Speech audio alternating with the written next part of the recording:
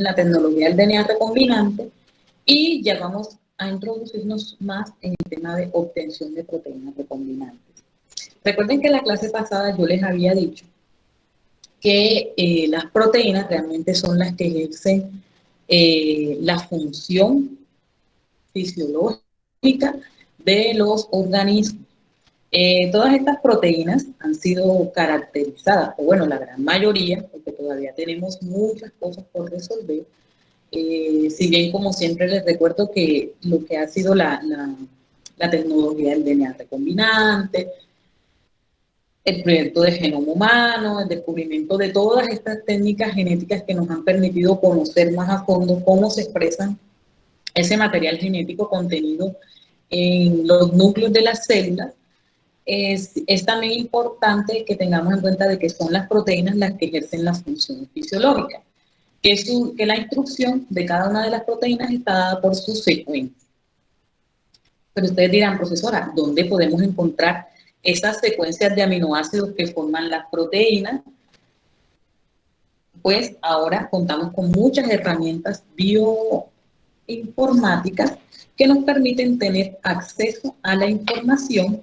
Tenemos, por ejemplo, el Protein Data Bank y las bases de datos y la base de datos UniProt, que son bases de datos tecnológicas que nos han permitido conglomerar todos esos datos que se han obtenido en las diferentes investigaciones relacionadas con el conocimiento de la función de la proteína. Entonces, teniendo en cuenta esto, aquí tenemos las dos diferentes direcciones. Cada una de estas colecciones va a tener una información completamente diferente.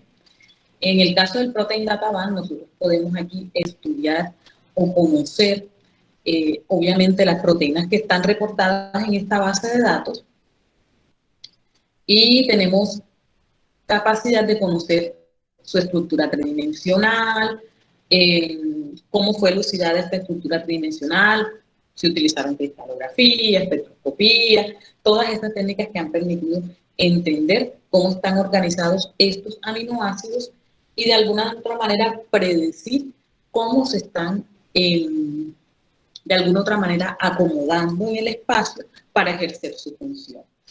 Dentro de la última búsqueda que yo realicé, pues vemos que en el Protein Data Bank resalto más que todo las 10 especies que más poseen proteínas caracterizadas dentro de la base de datos. Pues el que más tiene es el Homo sapiens, o sea, los humanos, luego siguen los ratones, luego siguen procariotas como la Escherichia coli, tanto la construida sintéticamente como algunas cepas específicas que tienen alguna modificación. Y otro tipo de especies, como el rato novénico, que es la rata, la Saccharomyces cerevisiae, que es un, un, un, un, un hongo, una levadura, tanto la wild type, que es la que se da normalmente, como las modificaciones que se han hecho. Entonces, aquí tenemos más o menos cuáles serían las abreviaciones que podemos encontrar en estas bases de datos de proteínas que nos van a decir los diferentes datos de cada una. En cuanto a UniProt, ya tenemos más que todo información funcional. Acá la tenemos estructural. Acá vamos a ver para qué sirven esas proteínas. Entonces vemos que todas estas bases de datos no solamente tienen las proteínas que nosotros utilizamos, sino que tienen proteínas que utilizan otras especies. ¿Esto en qué nos ha ayudado a nosotros? En que podemos, por homología, decir qué proteína cumple cada función si encontramos una proteína desconocida en nosotros. Por ejemplo, supongamos que yo estoy haciendo acá un experimento en el laboratorio y me doy cuenta o soy capaz de extraer una proteína que veo que hago una espectrometría de masa y veo que el peso es diferente, que la masa carga es diferente y logro aislar una nueva proteína. ¿Cómo puedo función? Colocando su estructura en esta base de datos y ver si En otras especies, esta proteína existe, qué función cumple y de esta manera puedo extrapolar datos y conocer y alimentar sobre todo estas bases de datos para que se tenga mucho más acceso a la información. Entonces, con base a todas estas bases de datos, hemos logrado enriquecer un poco más esta tecnología del DNA recombinante. Y teniendo en cuenta todos estos avances en la ingeniería genética, ya sobre todo el adaptar todos esos procesos fisiológicos a un laboratorio, a un espacio en donde podamos replicar de manera artificial lo que sucede naturalmente, porque si ustedes se ponen a analizar todas esas técnicas de biología molecular, son adaptaciones de procesos fisiológicos que ocurren en el organismo. Por ejemplo, la PCR. La PCR es una replicación del ADN, ¿cierto? Del material genético. Que acá lo hacemos con la polimerasa, con las diferentes polimerasas, lo hacemos con otras enzimas como las topoisomerasas. Acá lo hacemos con estas condiciones, las adaptamos. Por ejemplo, en el caso de la PCR, la función de la topoisomerasa, ¿quién la cumple? El calentamiento. ¿Ya? ¿Cómo suplimos la necesidad de la polimerasa en altas temperaturas? Aislando TAC polimerasa, ya que recuerden que viene del Thermophilus aquaticus, que es un microorganismo que soporta altas temperaturas. Entonces, de alguna otra manera, hemos logrado replicar todos esos procesos fisiológicos utilizando esas técnicas de ingeniería, y por eso es que se llama ingeniería genética, porque logramos replicar los procesos de acuerdo a cómo se van dando en la naturaleza, vamos adaptando esas condiciones en el laboratorio. Entonces, uno de los grandes avances de la biotecnología es producir las proteínas. Ya no solamente ha sido producir o amplificar la cantidad de DNA de una muestra, sino que hemos logrado producir proteínas a través de la unión, o más bien la cooperación de dos grandes ciencias. La biotecnología aportando, la biología molecular aportando la técnica del DNA recombinante y la ingeniería genética aportando todas esas diferentes condiciones adaptables a un laboratorio. Esto que nos ha permitido reprogramar genéticamente a un organismo. Profesora, reprogramar, ¿qué quiere decir eso? Reprogramar es si un organismo viene cargado con un material genético que te ayuda a generar una proteína para él y nos damos cuenta de que se puede modificar ese material genético para que nosotros podamos producir una proteína que ellos quieren, eso se llama reprogramar. ¿Por qué? Porque ese organismo no está programado para producir esa proteína. El organismo está programado para producir sus propias proteínas. Pero cuando ya yo pongo ese organismo o ese microorganismo a producir proteínas que no son propias de él, se llama reprogramación genética. ¿Cómo hago yo esta reprogramación genética? Confiriéndole o dándole a ese microorganismo los genes que se utilizan para generar esas proteínas. Y esto nos ha permitido obtener a gran escala, de hecho a escala industrial, proteínas que tienen un alto valor terapéutico y de alguna otra manera nos ha permitido subsanar las necesidades de las personas que nacen ya sea con deficiencias o defectos en sus genes y le podemos proveer el producto final para que la persona tenga una mejor calidad de vida. Entonces, ¿por qué ha sido posible esto? Al entender el dogma central de la biología molecular, que es universal, porque ese dogma es universal, todo el material genético se convierte a RNA mensajero y luego de RNA mensajero se genera una proteína. Entonces, la clase pasada yo les dije más o menos cuáles son los pasos que necesitamos para producir una proteína recombinante. Hoy los vamos a ver un poco más detallados. Entonces, tenemos 4 procesos que hacen parte de la etapa upstream. La etapa upstream abarca todo lo que es generar una célula productora de una proteína diferente a la que está codificada por sistema. Primero, tenemos que identificar esa proteína que nosotros consideramos como terapéutica. ¿Cómo lo hacemos? A través de las bases de datos que les mostré en las dos diapositivas anteriores, en donde veíamos, por ejemplo, el Unipro, el proteín de Taban. De ahí podemos sacar esa secuencia de esa proteína y de alguna otra manera podemos ir reprogramando estos organismos. Luego de que yo identifique esta proteína terapéutica, tengo que identificar cuál será el mejor proceso de obtención. Hay dos tipos de procesos, la fermentación bacteriana o el cultivo celular. La fermentación bacteriana normalmente, como su nombre lo indica, utilizamos bacterias para ser células huésped, o son las células que vamos a modificar o a reprogramar genéticamente para que se produzca la proteína. En el caso de cultivos celulares es cuando utilizamos células diferentes a las bacterias. Y cuando estamos buscando el proceso de obtención, también vamos a ir buscando cuál va a ser el sistema de expresión. Profe, una pregunta. Díganme. Para la aplicación de esa tecnología recombinante de la que usted está hablando, ahí se puede generar, como usted dijo ahorita, una célula productora de esa proteína, con esa tecnología.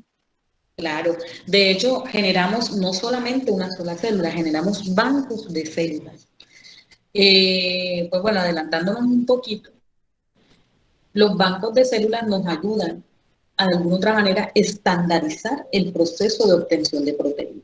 Entonces, estas células que nosotros generamos en esta etapa upstream, que se basa sobre todo en la modificación, miren que aquí ya tenemos la tecnología, la aplicación de la tecnología del DNA recombinante como paso final de la etapa upstream, vemos que logramos obtener una célula que contiene un gen que no es de ella. Y esta célula la colocamos a reproducirse en masa, la congelamos, ya, para que cuando necesitemos más proteína podamos obtener la proteína ya con las mismas características o con características muy similares.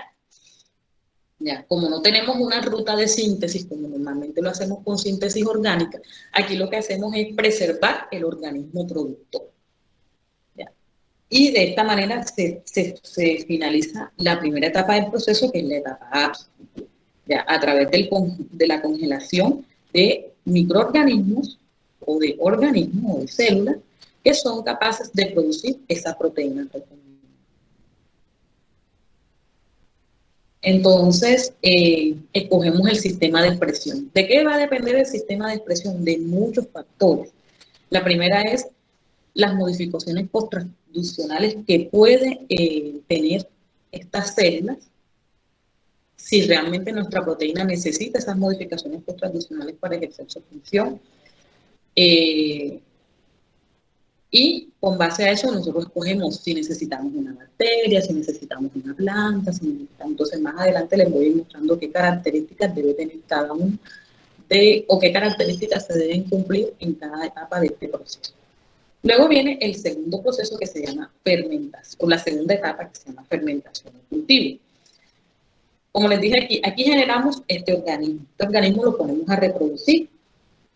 Unos se congelan para preservarlos y los otros se llevan a un sistema que se llama bioreactor.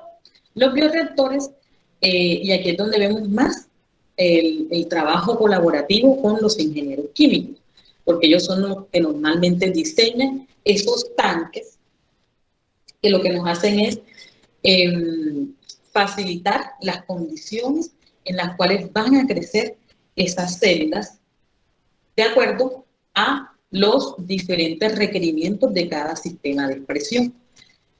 Vamos a colocarle medio de cultivo, gases, todo para que ellas se reproduzcan y como ya están modificadas genéticamente, así como van a producir sus proteínas, van a producir la proteína recombinante en masa, que normalmente los bioreactores son, a ver, si bien tenemos bioreactores a escala, que la podemos utilizar en un laboratorio normal para que ustedes lo vean. También tenemos bioreactores industriales que son, ustedes verán, bueno, no sé si ustedes hacen, no sé si en Barranquilla hay alguna industria biotecnológica, sobre todo de alimentos. Pero si vamos a Cali, si vamos a otro tipo de territorios, nosotros normalmente en las zonas industriales vamos a ver unos tanques metálicos súper gigantes. Normalmente siempre están siendo monitoreados porque nosotros tenemos que tener esas condiciones bastante controladas, sobre todo de gases y de retiro de productos para que las bacterias no se agoten y de suplementos de alimentos. Bueno, yo hablo de bacterias porque es uno de los que más se utiliza, pero ya vamos a ver que dentro de los sistemas de expresión utilizamos otras células diferentes a las de las bacterias. Entonces, una vez se está dando el proceso de fermentación en cultivo, ya, se va recuperando todo ese producto, toda esa proteína que vamos produciendo. Y luego esta proteína tiene que pasar por un proceso de aislamiento, porque aquí va a estar combinada con células muertas, va a estar combinada con productos, otros subproductos celulares que normalmente producen esos organismos. Hay que purificarlas a través de procesos de centrifugación, de cromatografía por afinidad, vamos a verlos más adelante, para obtener un activo, un principio activo o un producto biológico activo que pueda ser incluido en una formulación y transformado en un producto farmacéutico que pueda ser administrado a los pacientes. Estas dos etapas últimas del proceso hacen parte del proceso downstream, que es el que vamos a ver la próxima clase. Dentro de las proteínas terapéuticas de uso más común tenemos las eritropoyetinas, las interleuquinas, los anticuerpos monoclonales. Si bien los anticuerpos monoclonales se producen de una manera un poco más diferente a este proceso general, pues lo que son la etapa de fermentación y la etapa upstream se parecen un poco. Los interferones, ¿ya?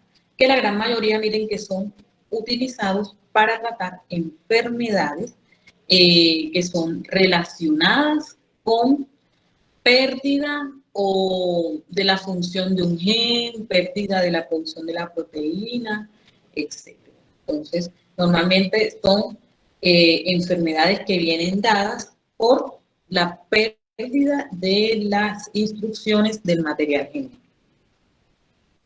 Y algunas para prevenir, como las vacunas. Entonces, dentro de la más icónica, tenemos la de la diabetes mellitus. Anteriormente nosotros utilizábamos la insulina de cerdo, traíamos la insulina de cerdos o del ganado vacuno, y esta era la que utilizábamos teniendo en cuenta la homología de esta proteína. Sin embargo, esto producía muchísimos efectos secundarios en los pacientes, sobre todo efectos de rechazo, efectos inmunológicos.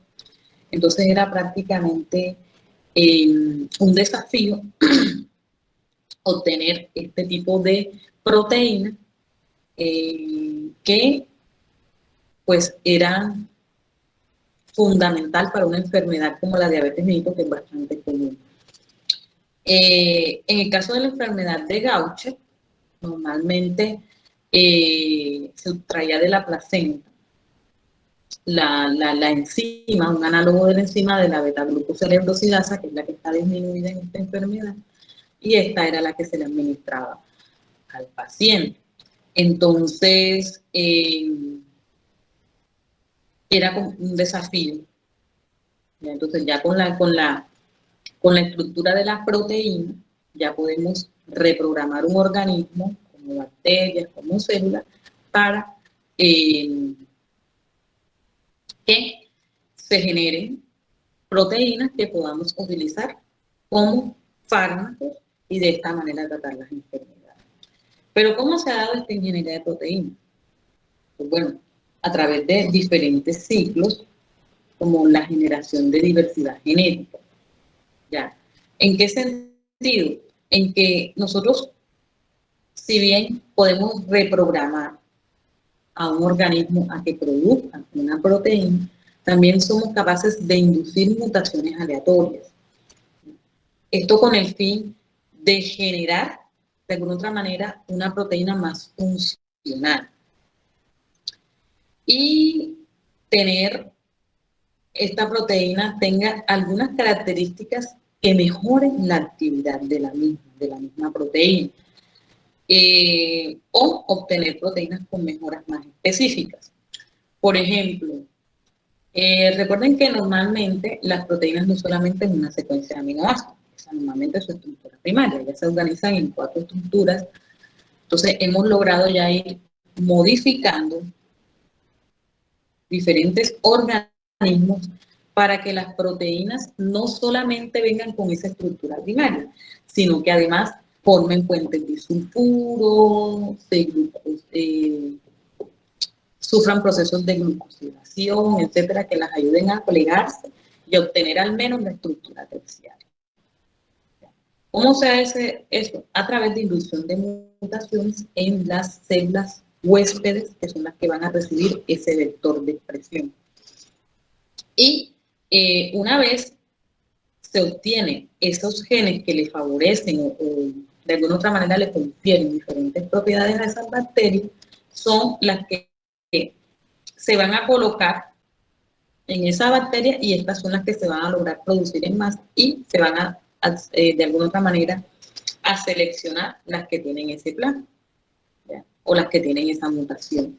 Normalmente estas mutaciones son detectadas porque normalmente nosotros tenemos en el plásmido, recuerden que en el plásmido tenemos varios sitios. Uno de los sitios es un marcador de selección que nos ayuda a escoger cuál es la cepa que está expresando esa proteína que yo le estoy colocando. Entonces, ¿se acuerdan que yo les dije que en el caso de la proteína terapéutica, pues tenemos esta herramienta que se llama proteína? En el caso de la selección de organismos huésped, pues a medida que ha ido evolucionando esta tecnología, ya nos hemos dado cuenta de que tenemos varios organismos que nos ayudan a tener mejores proteínas. Uno de estos organismos son la Escherichia coli, ya que todavía estoy concretando una conferencia que va a ser bastante interesante. Es con un compañero de trabajo de mi esposo que trabaja en Puerto Rico, específicamente en una industria biotecnológica que produce insulina. Él produce insulina utilizando Escherichia coli, entonces él va a, pues estoy haciendo lo posible para que podamos tener una videoconferencia o al menos una grabación de una conferencia de él para que ustedes observen cómo este químico farmacéutico ejerce su función en este laboratorio. ¿Ya? Y ustedes vean de alguna otra manera una perspectiva diferente al químico farmacéutico que está en el HPLC, al químico farmacéutico que está haciendo tabletas, grajeas, todos estos productos que, si bien son muy importantes, los productos biotecnológicos también han cobrado muchísima importancia. De hecho, él me decía una experiencia muy bonita que la primera vez que él vio las Escherichia coli produciendo insulina, ellas incluso hasta se revientan de la cantidad de insulina que son capaces de producir. Entonces, en este momento, lo que es la Escherichia coli y el Bacillus subtilis son bacterias que son muy importantes en la industria biotecnológica, porque han sido bacterias que se han adaptado a la producción de proteínas útiles en los humanos. Son microorganismos que se han adaptado muchísimo a la producción de proteínas que generan poca inmunogenicidad, casi nula, son muy aceptadas en la población. De hecho, miren que la insulina es tan comercial como el acetaminofén. ¿Ya? Entonces, ya es tan común obtener esta insulina de esta manera. Tenemos levaduras como la Saccharomyces cerevisiae y la P. pastori, que a diferencia de las bacterias son organismos eucariotas. Recuerden que estos que están aquí son organismos procariotas.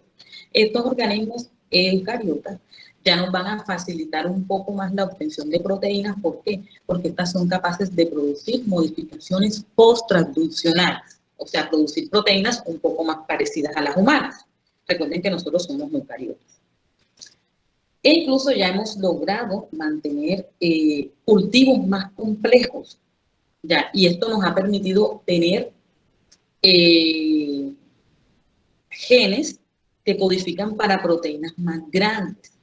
¿Ya? Porque, bueno, la insulina, ustedes ven que es un polipéptido, la insulina no es tan grande, pero ya proteínas un poco más grandes, ya tenemos que ir requiriendo células un poco más parecidas a las nuestras. Y dentro de las células más parecidas a las nuestras tenemos las células de insecto de S. von y las células de mamífero de hámster chino, de varios de hámster chino, de riñón de hámster y células embrionarias de riñón humano que han sido capaces de mantener.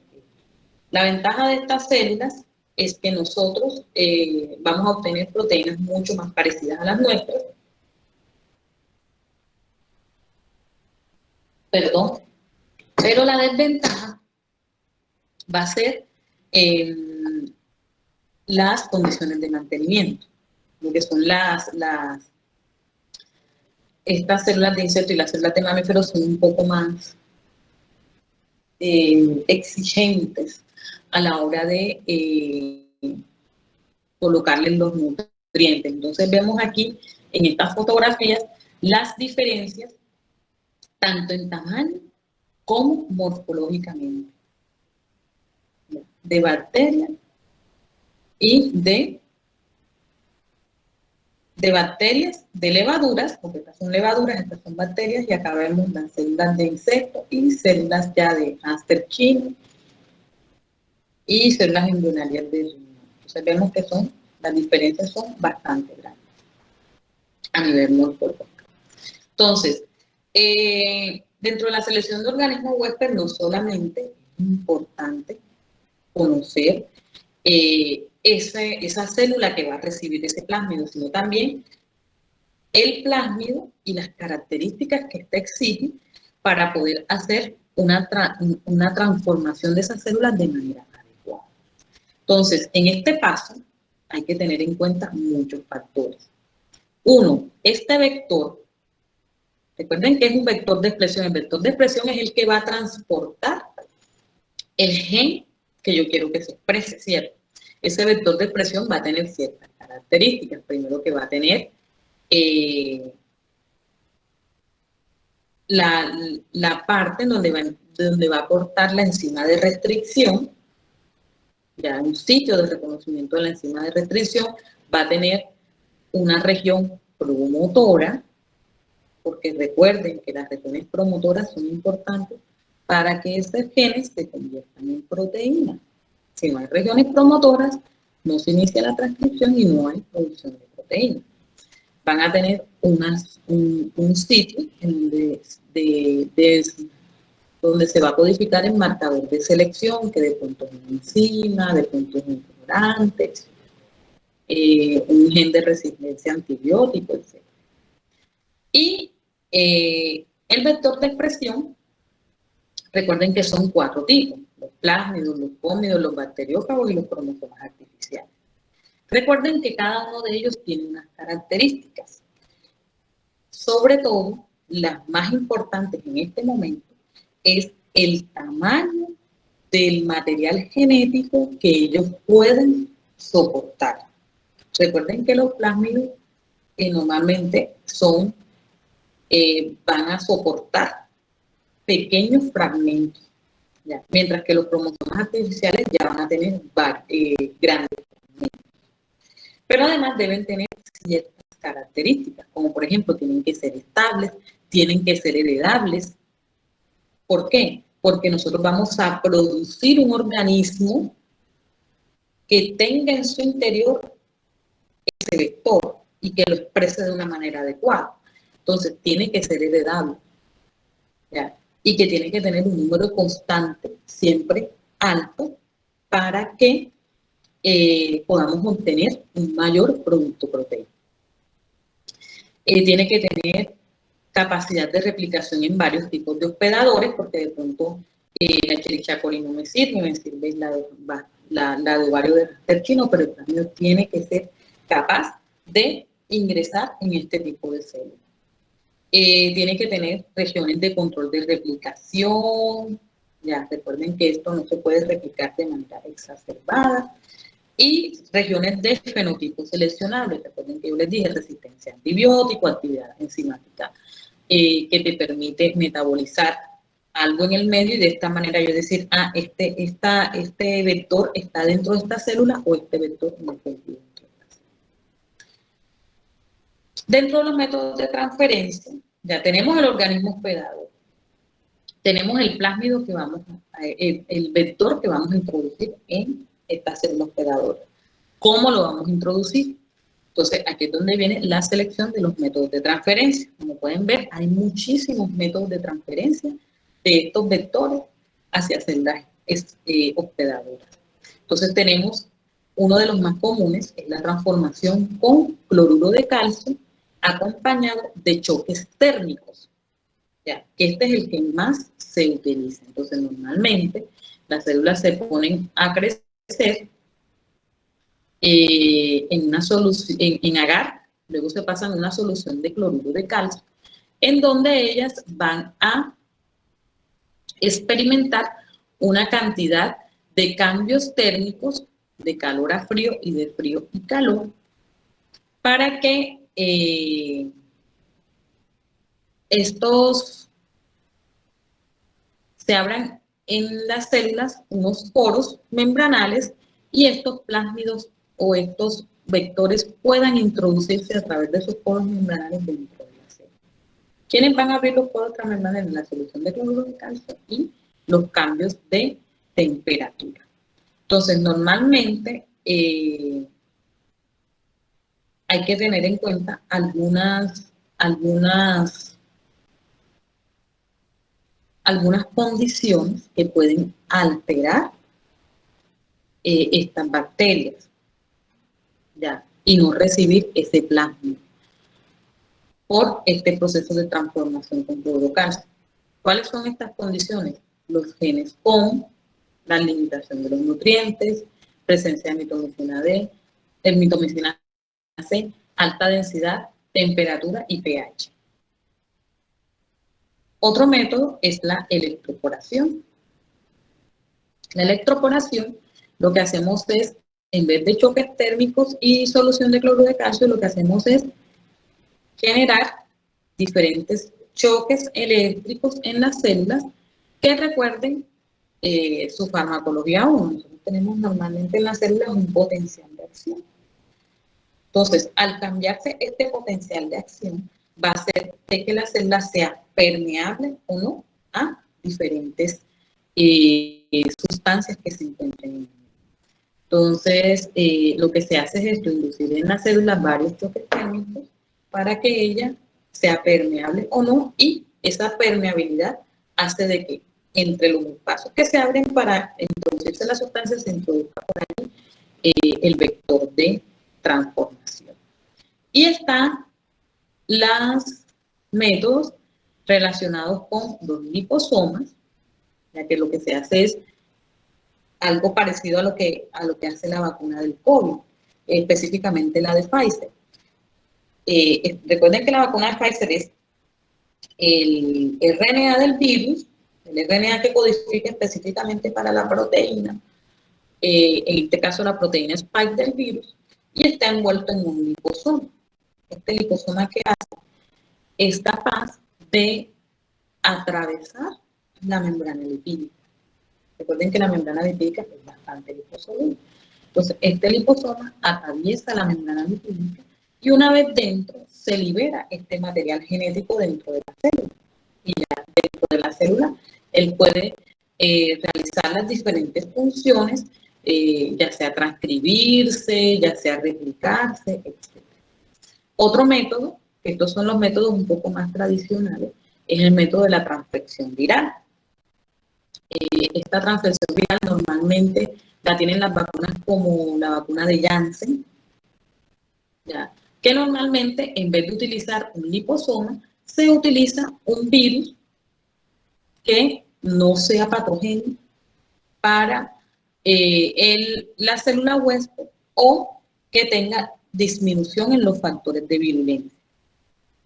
Que lo único que tenga vigente es de alguna otra manera, la transmisión del material genético que contiene dentro. Entonces, se saca el material genético que contiene el virus, se reemplaza por el material genético que yo quiero que se exprese, que en este caso es el vector este que yo construí, que tiene el gen que yo necesito, y este infecta la célula inyectando el material genético. Normalmente se utiliza muchísimo en células de mamíferos para modificar la expresión de células de mamíferos. Y está la microinyección, que lo que hace es, a través del uso de una aguja micrométrica, se inyecta directamente el material genético en el núcleo. ¿Ya? Normalmente esto es una de las bases de la clonación. ¿Ya? Inyectar el material genético que yo quiero que se exprese directamente en el núcleo de la célula. Y ya una vez transformada esta célula, ya tiene el vector, yo elaboro un banco de células productoras, que era lo que yo les estaba diciendo. Los bancos de células productoras normalmente son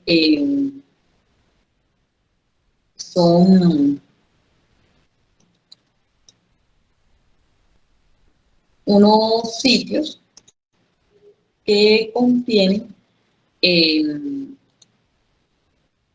una gran cantidad de células que son modificadas genéticamente, normalmente están criopreservadas, sobre todo en nitrógeno líquido, que recuerden que el nitrógeno líquido es el que ofrece una mejor temperatura de conservación de estas células. Entonces, estas células productoras, ya cuando yo reconozco que la célula posee ese plasmido, ha sido transformada, ya les voy a decir cómo, yo empiezo a favorecer la reproducción para tener un lote que voy a congelar y otro lote que voy a utilizar para la producción. Entonces, normalmente estos bancos de estas células productoras de proteínas hacen parte de algo que se conoce como genotecas de cDNA, que son organismos que están congelados como en una especie de bibliotecas, o sea, son como especie de ultracongeladores en donde están previamente identificadas las cepas. Bueno, esta es la cepa de Escherichia coli tal, productora de tal proteína. Esta es la célula de hámster chino, productora de tal proteína. Entonces, esto está basado en los procesos de clonación molecular, en donde les recuerdo que es el proceso este de producción de proteínas recombinantes, haciendo énfasis en células o congelando células que son capaces de producir esas proteínas que yo necesito. Entonces, ¿qué tenemos que tener en cuenta en la selección de las células? Varias características. Como les dije, la más importante es la de los hongos, porque los hongos son eucariotas, son los que producen las proteínas más parecidas a las nuestras, Saccharomyces cerevisiae, Bacillus subtilis. Entonces, normalmente, si necesitamos que nuestra proteína tenga modificaciones post-transduccionales para que se pliegue en el espacio, este es el organismo que vamos a escoger. Pero hay otros organismos, por ejemplo, hay células de plantas que también se utilizan para producción de proteínas recombinantes, que son los famosos biocultivos. Estos biocultivos, ustedes ven las plantas todas sembraditas como especie de erlenmeyers. Entonces, estas plantas normalmente se utilizan porque recuerden que nosotros, ¿de dónde hemos sacado tantos metabolitos de síntesis orgánica? De las plantas, ¿cierto? De hecho, se dice que alrededor del 70% de los fármacos que nosotros utilizamos hoy en día, la estructura original fue obtenida estudiando una planta. Ya, si bien ahora se producen por síntesis orgánica, porque hay que preservar la naturaleza, la estructura original fue descubierta en una planta. Entonces, teniendo en cuenta esto, también las células de plantas se utilizan para producir también fármacos de origen biotecnológico, que al ser también células eucariotas van a generar ciertas ventajas. Por ejemplo, en el caso de la producción de enzimas, vamos a tener enzimas funcionales con sitios catalíticos bastante activos, entonces podemos producir enzimas utilizando las plantas. Se pueden modificar genéticamente un poco más fácil para producir esas proteínas específicas bajo ciertos patrones de plegamiento. El problema es que tienen dos desventajas, y es que recuerden que esta célula eucariota tiene la particularidad de tener pared celular. Entonces, cuando la pared celular, estas células normalmente, cuando producen las proteínas, las producen dentro de las vacuolas, o sea, queda dentro de la célula. Entonces, cuando vamos a obtener esa proteína, romper la pared, el proceso de rotura de la pared celular es un proceso bastante complejo y que puede comprometer de alguna otra manera la estructura de la proteína. Entonces, de alguna otra manera, las plantas, si bien las células de planta han sido muy utilizadas, pues tenemos este pequeño inconveniente técnico que de alguna otra manera ha hecho que utilicemos otras células que son más fáciles, sobre todo para aislar el producto final. Y que las plantas también, si bien producen un proceso de glicosilación, que es una modificación por transducción, lo hacen de manera un poco diferente a la glicosilación humana. Y pues bueno, en el caso de las células de mamífero, la gran desventaja es el requerimiento de nutrientes y de condiciones un poco más exigentes. Se necesita más células para sembrar en el bioreactor, o sea, se necesita más biomasa, porque estas células se reproducen un poco más lento, tienen una tasa de replicación un poco más lenta que las de bacterias y son más susceptibles a contaminarse.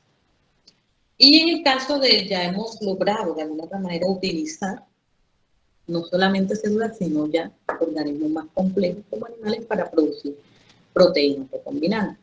El caso más, o el ejemplo más reconocido es la producción de anticuerpos monoclonales, en donde nosotros utilizamos ratones para producir un anticuerpo que sea específico a través de la introducción de un antígeno y luego posterior extracción del vaso del animal para obtener células que se llaman células plasmáticas, que se van a combinar con células de mieloma, que son células cancerígenas, a través de un proceso de hibridación. Eso lo vamos a ver más adelante en la unidad número 3, que es las tendencias en biotecnología, donde vamos a ver un poco más profundo la producción de estas proteínas, la producción de estos anticuerpos monoclonales, que a través de hibridación vamos a obtener células que producen un solo tipo de anticuerpos. En cuanto a la inserción del vector de expresión, que era lo que yo les estaba diciendo anteriormente, pues bueno, tenemos que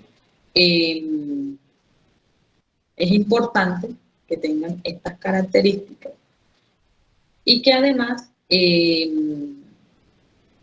un paso muy crítico a la hora de obtener una proteína. ¿Por qué? Porque al final este es el que va a cargar con la secuencia de la proteína que va a ser expresada, o sea, la proteína que yo necesito. Entonces, en el caso de los vectores hay que tener tienen que cumplir ciertas características, como por ejemplo, cuando se va a utilizar la transformación con cloruro de calcio, las bacterias tienen que ser bacterias competentes. ¿Qué quiere decir? Que sean capaces de abrir poros en la membrana para recibir estos plasmas. Tienen que ser susceptibles de la transformación. Por ejemplo, recuerden que las bacterias procariotas son susceptibles a infectarse por virus, ¿cierto? Entonces, en el caso de los procesos de transformación, nosotros podemos utilizar bacteriófagos o cósmidos porque estos transportan genes de pequeño tamaño y son más fáciles de adentrarlos a las células sin necesidad de modificar mucho su espacio físico. Ya, por ejemplo, en mamíferos ya tenemos que utilizar los otros métodos que les empleé, como la microinyección, infección por virus, liposomas, etc. En cuanto a la selección del organismo, yo les dije, recuerden que los vectores tienen varios sitios. ¿Cuáles son más importantes en los vectores de expresión? Este vector, este espacio, que es donde ellos van a tener la secuencia de un marcador que ayude a identificar la presencia de este plásmido en la célula. Porque normalmente aquí es donde va a cortar la enzima de restricción, o sea, esta es la zona en donde va a estar el gen. Este es el origen de replicación, va a haber una zona promotora, ¿ya? Y va a haber estas zonas que son de marcadores para identificar. Entonces, nosotros podemos de alguna otra manera poner marcadores enzimáticos, o sea, secuencias que codifiquen para enzimas que sean capaces de, que le confieran la ventaja al organismo de metabolizar un nutriente. ¿Ya? Entonces, yo coloco el nutriente en el medio de cultivo y las bacterias que lo metabolicen o que queden vivas van a ser identificadas como las que tienen el vector. En el caso, por ejemplo, hay unos que les colocan enzimas que son capaces de colorear las células. ¿Ya? Entonces, las células normalmente son blancas y cuando se ponen en contacto con un medio que tiene XGAL, estas enzimas metabolizan el XGAL y se vuelven azules. Entonces, las células o los organismos que estén de color azul son los que yo voy a seleccionar porque son los que tienen el plasma, o sea, son los que tienen esa enzima que me están metabolizando este XGAL que está en el medio. Hay unas células que lo que le hacen es conferir la capacidad de fluorecer. Entonces yo le coloco a las células esa capacidad de fluorescencia y luego coloco las células al ultravioleta. ¿Y cuáles son las que me tienen el vector de expresión? Las que están emitiendo esa radiación. Entonces, ¿cómo se seleccionan? A través de procesos de cribado, entonces donde yo veo todas las células y empiezo a seleccionar las células que presenten estas características fenotípicas que yo he colocado aquí. Puede ser la resistencia en antibióticos también, por ejemplo, que es el más utilizado, la resistencia a los antibióticos. Yo le coloco aquí un gen de resistencia a antibiótico y al medio de cultivo le coloco el antibiótico. Las bacterias que sean capaces de resistir a la presencia del antibiótico son las que tienen ese plasmido dentro, expresando el plasma. Igual la expresión de enzimas, proteínas fluorescentes. Y luego, no solamente es la selección de las que me están expresando esa parte del vector, sino que además sean funcionales. Entonces ya yo puedo hacer otra actividad en donde yo me dé cuenta de que el gen de interés se está metabolizando. Por ejemplo, las células que en el caso de, estos son normalmente para crear los bancos, o sea, para yo de alguna otra manera escoger los organismos que son productores de la proteína y congelarlos, ¿ya? Para seleccionar esto. Entonces, normalmente yo puedo hacer la detección de la actividad biológica de la proteína o puedo generar un reconocimiento de anticuerpos, ¿ya? A través de, escojo específicamente una secuencia de la proteína y genero un anticuerpo que lo detecte. Puedo hacer, por ejemplo, un Western blot, coloco la solución de anticuerpos y me daré cuenta si está o no la proteína. Puedo hacer hibridación también in situ con ácidos nucleicos. Entonces, en cuanto a la producción de proteínas, ya tenemos que utilizar, ya después de que tenemos ese banco congelado, La otra población la vamos a colocar a producir la proteína, ¿cierto? ¿Cómo vamos a hacer? La vamos a colocar en este equipo que se llama bioreactor, que este equipo lo que va a hacer es asegurar las condiciones físico-químicas que necesita la célula para producir el producto farmacéutico. Entonces, este va a controlar, por ejemplo, la velocidad con la que va a crecer la célula, porque, por ejemplo, si la célula necesita estar en suspensión constante, entonces yo le coloco unas aspas que faciliten que ellas estén siempre suspendidas, o en el caso de que crezcan en monocapa, entonces yo le coloco una superficie para que ellas crezcan en monocapa y produzcan la proteína. ¿Cómo va a ser el proveer el medio y la extracción del medio que se va agotando?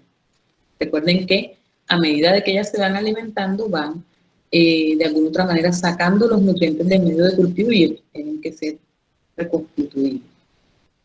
De acuerdo al nivel de expresión y de excreción de la proteína, porque recuerden que hay unas células que no excretan las proteínas, sino que las dejan dentro, hay unas que las expulsan fuera. Entonces, de acuerdo a cómo se va a ir produciendo la proteína, yo tengo que ir retirando ese producto para que no se me sature la monocapa, no se me sature la célula y se me detenga el crecimiento.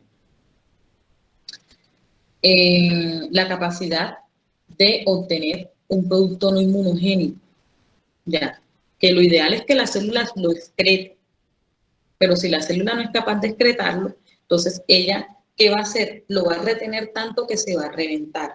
Entonces, cuando yo voy a obtener ese producto, voy a tener factores que me pueden causar inmunogenicidad en el paciente. Entonces, tengo que hacer un proceso de purificación posterior.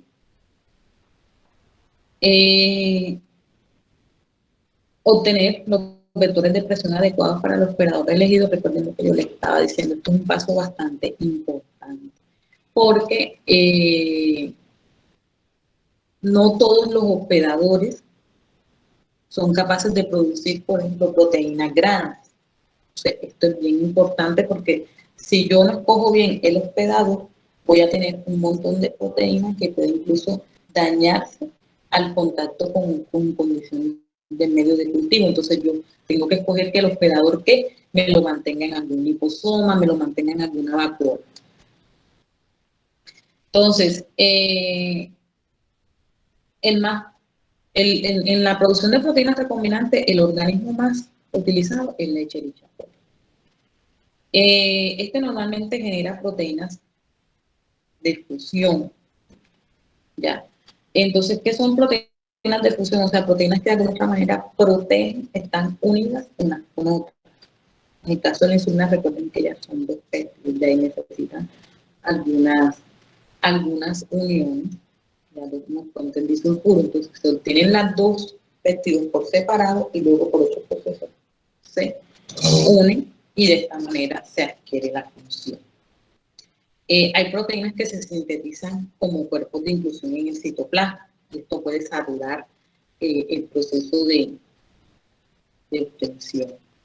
En el caso de la Escherichia coli tiene una desventaja y es que no se obtienen las proteínas glicosiladas, entonces se tiene que utilizar otro tipo de células. Y que no puede expulsar al exterior proteínas con alto peso molecular, porque recuerden que es una célula procariota. Entonces, en cuanto a las condiciones del bioreactor, no solamente está el diseño, sino que tiene que tener una concentración de gases adecuada, CO2, oxígeno, ¿ya? Con el fin de que la célula sea capaz de producir como biológicamente lo hace. La temperatura, en el caso de las células de las células eucariotas, normalmente tienen que estar entre 35 y 37 grados centígrados, y el pH debe estar entre 7.2 y 7.4, que es el que normalmente se maneja como pH fisiológico. El pH no solamente depende de las condiciones físicas, depende sobre todo de los medios de cultivo. Los medios de cultivo va a depender de los requerimientos nutricionales de cada una de las células. O sea, la Escherichia coli va a tener un requerimiento nutricional. Las células de hámster chino va a tener otros requerimientos nutricionales. Entonces, cada una va a tener un medio de cultivo completamente diferente y específico para cada una de ellas. Los suplementos de los medios de cultivo también son iguales. Hay unos que traen glutamina, hay unos que traen glucosa, hay otros que traen algunos aminoácidos, hay otros que no. Entonces, de acuerdo a cómo es la célula, yo escojo el medio de cultivo. ¿Hay cosas comunes en los medios de cultivo? Claro que sí, deben tener una fuente de carbono. Recuerden que el carbono es fundamental. Entonces, normalmente es o glucosa o glutamina. Debe tener sales, minerales, que si no los tienen medio de cultivo deben aportarse como suplemento. En el caso de las células eucariotas, las concentraciones de calcio deben ser bastante controladas, al igual que los factores de crecimiento. Y deben tener todos los medios algo que se llama suero. ¿Ya? Los sueros normalmente les va a proveer proteínas y otros vitaminas para que las células se desarrollen de mejor manera. Sin embargo, estos medios de cultivo son los que más afectan los costos de producción. ¿Por qué? Porque estos son los que van a tener los suplementos específicos. Entre más sencillo sea el organismo, menos suplementos va a requerir. Pero entre más complejo sea el organismo, por ejemplo, y entre más complejo sea la proteína, más, más nutrientes se van a requerir. Y hay que tener en cuenta cómo crece el cultivo. Recuerden de que todas las células siguen un estándar de crecimiento, tanto procariotas como eucariotas. Ellas vienen programadas. Uno, primero se adaptan al medio, que se conoce como fase de latencia. Luego viene la fase exponencial, que es donde se reproducen. En esta fase es donde nosotros vamos a producir a gran escala la proteína terapéutica. En la fase de exponencial. Entonces, en esta fase exponencial es muy importante tener el control de todos estos nutrientes. ¿Por qué? Porque en esta fase exponencial es donde nosotros tenemos que brindarle a la célula todas las condiciones adecuadas para que me produzca la proteína recombinante que yo le estoy colocando. Entonces, la fase exponencial es la más crítica porque es donde se me va a producir el activo biológico. Entonces, es muy importante que siempre tengamos en cuenta cómo se da la curva de crecimiento de cada organismo, porque no todo el mundo tiene la misma fase de latencia, no todo el mundo llega a fase exponencial al mismo tiempo. Entonces, hay organismos que tienen una fase de latencia corta y una fase exponencial larga, hay organismos que tienen fase de latencia larga y una fase exponencial corta, etc. Y luego viene la fase estacionaria, que es donde la célula definitivamente ya ni crece ni se reproduce, solamente se mantiene. Y por último, la fase lumbar. Entonces, normalmente estaremos recogiendo el producto en esta fase estacionaria. Entonces, como les digo, la curva de crecimiento es muy diferente tanto en procariotas como eucariotas. Dependiendo de la curva de crecimiento, nosotros vamos a mantener ciertas condiciones. Vamos a rendir, esto nos permite rendir el producto. ¿Ya? ¿Por qué? Porque yo le puedo aumentar esta fase exponencial a través del equilibrio constante de nutrientes antes de que se me agote la célula en la fase estacionaria. Tengo que tener muy en cuenta cómo crecen las células, lo que yo les dije, si crecen en suspensión, si crecen en unidad y cómo va a ser la salida de ese producto final. Si ellas normalmente lo tienen en su interior y luego lo liberan, o si normalmente lo retienen en su interior y ese exceso va a explotar.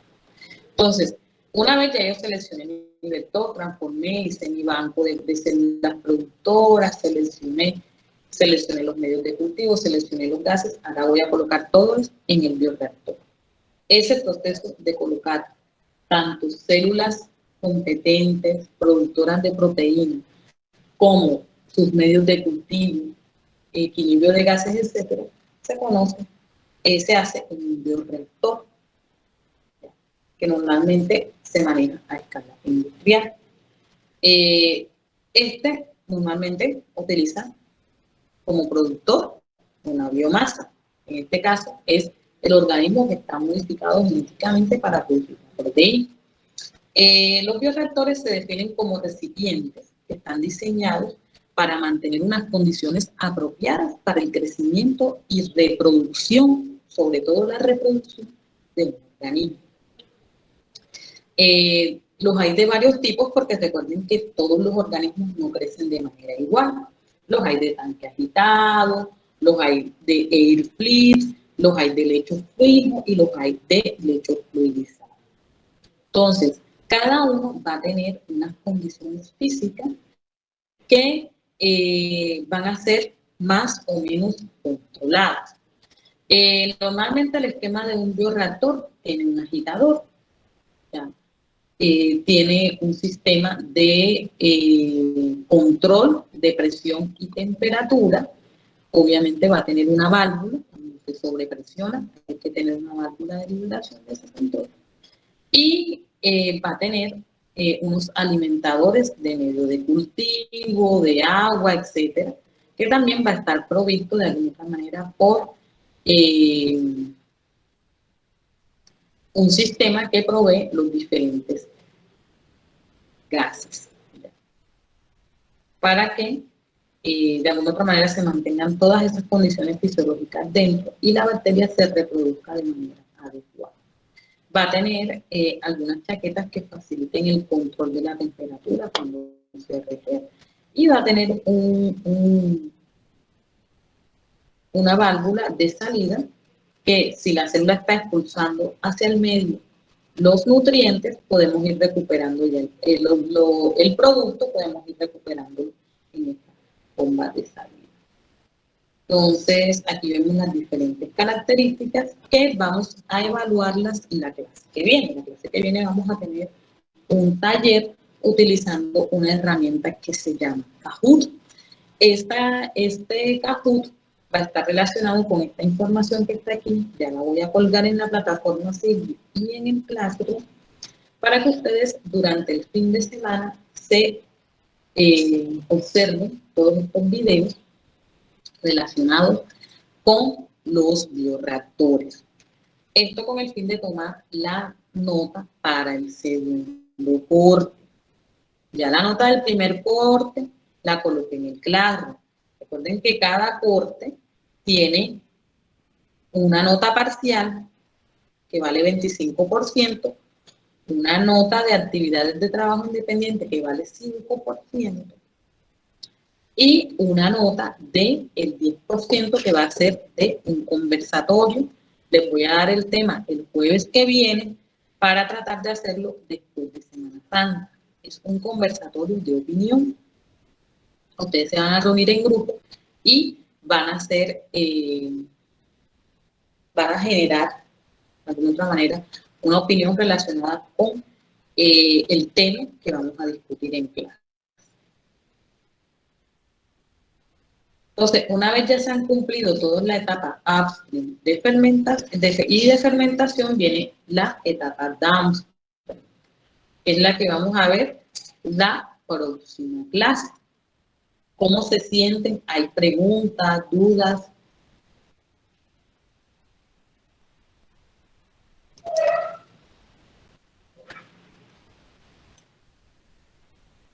¿Todo fue claro, chicos?